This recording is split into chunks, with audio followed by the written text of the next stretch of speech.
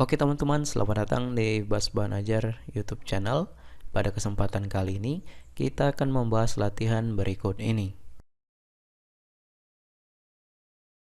Tetapi, sebelum kita masuk ke pembahasan video, saya akan mengajak teman-teman untuk terlebih dahulu mengklik tombol subscribe pada channel ini dan nyalakan loncengnya, lalu klik like pada video ini jika kalian merasa terbantu. Oke, langsung saja kita masuk ke pembahasan videonya.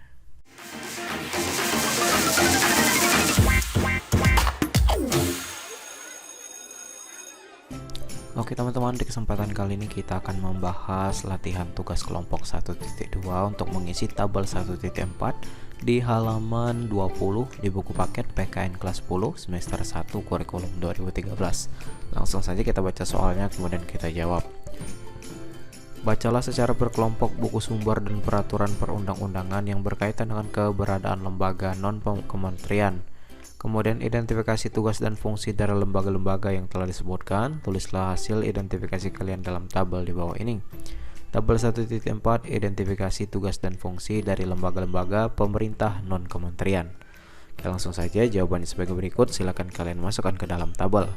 Yang pertama, lembaganya Badan Kependudukan dan Keluarga Berencana Nasional.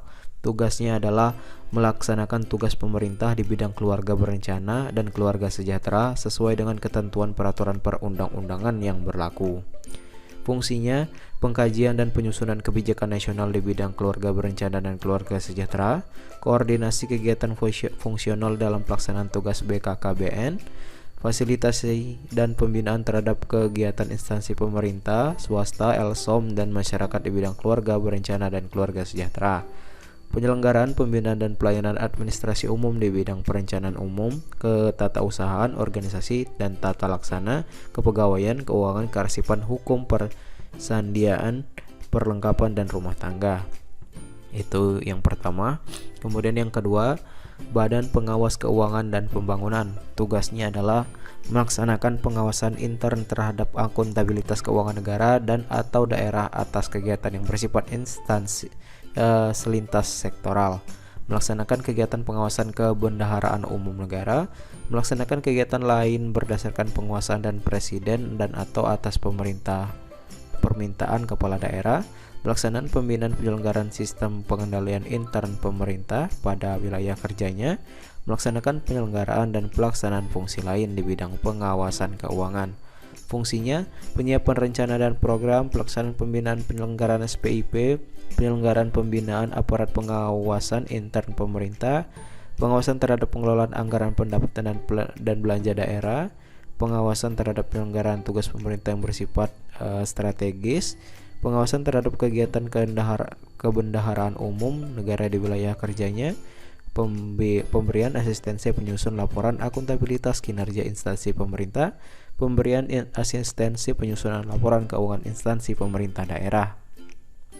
Kemudian yang ketiga, Badan Kepegawaian Negara. Tugasnya merencanakan pembinaan kepegawaian sesuai dengan kebijaksanaan Presiden, merencanakan peraturan perundang-undangan di bidang kepegawaian, menyelenggarakan tata usaha kepegawaian dan tata usaha pensiun, menyelenggarakan pengawasan koordinasi dan bimbingan terhadap pelaksanaan peraturan perundang-undangan di bidang kepegawaian. Fungsinya, pembinaan penyelenggaraan manajemen ASN, penyelenggaraan manajemen ASN dalam bidang pertimbangan teknis formasi pengadaan, penyimpanan informasi pegawai ASN yang telah dimuktakhirkan oleh instansi pemerintah serta bertanggung jawab atas pengelolaan dan pengembangan sistem informasi ASN. Keempat, Arsip Nasional Republik Indonesia. Tugasnya melaksanakan tugas pemerintah di bidang kearsipan sesuai dengan ketentuan peraturan perundang-undangan yang berlaku.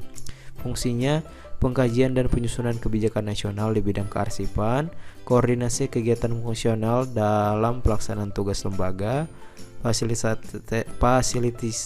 fasilitisasi dan pembinaan terhadap kegiatan instansi pemerintah di bidang kearsipan, penyelenggaraan pembinaan dan pelayanan administrasi umum di bidang perencanaan umum. Yang kelima, Badan Koordinasi Penanaman Modal. Tugas dan fungsinya melaksanakan tugas dan koordinasi pelaksanaan kebijakan di bidang penanaman modal, mengembangkan sektor usaha penanaman modal, membantu penyelesaian berbagai hambatan dan konsultasi permasalahan yang dihadapi penanaman modal, mengkoordinasi penanaman modal dalam negeri, mengkoordinasi dan melaksanakan pelayanan terpadu satu pintu. Nah, itulah jawabannya. Silakan kalian salin dan masukkan ke dalam tabel. Semoga jawabannya membantu, dan jika ada jawaban yang kurang jelas atau kurang dimengerti, silakan kalian tanyakan di kolom komentar di bawah. Saya akhiri video kali ini dan sampai jumpa di latihan berikutnya.